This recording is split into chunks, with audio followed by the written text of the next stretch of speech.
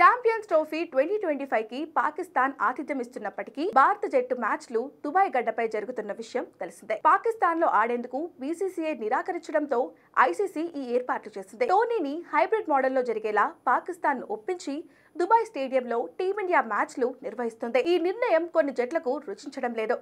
ఒకే వేదికగా మ్యాచ్లు ఉండటం భారత్ కు అడ్వాంటేజ్ గా మారిందని వాపోతున్నారు. ఈ వాదనను మొదట ఆస్ట్రేలియా కెప్టెన్ ప్యాట్ కమిన్స్ మొదలుపెట్టాడు.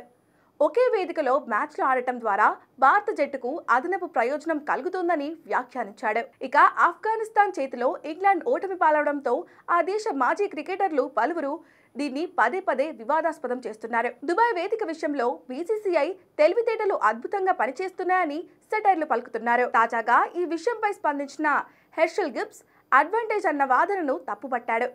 ఇటువంటి విమర్శలు రావడం సహజమన్నాడు. ఆటగాళ్లు ఇవేమీ పట్టించుకోకుండా ఆటపై ఫోకస్ పెట్టాలని సూచించాడు. దుబాయ్ లో మ్యాచ్లు భారత జట్టుకు అడ్వాంటేజ్ అన్న వ్యాఖ్యలు నేను విన్నాను. పెద్ద పెద్ద టోర్నీల్లో ఇటువంటివి సహజం. టీమిండియా మ్యాచ్లు తటస్థ వేదికపై జరుగుతాయనే విషయం టోర్నీకి ముందే అన్ని జట్లకు తెలుసు. కాబట్టి ఇటువంటి వ్యాఖ్యలు చేయడం సరికాదు. కొన్ని సందర్భాలలో ఐసీసీ ఈవెంట్లకు 2-3 దేశాలు ఆతిథ్యమిస్తాయి.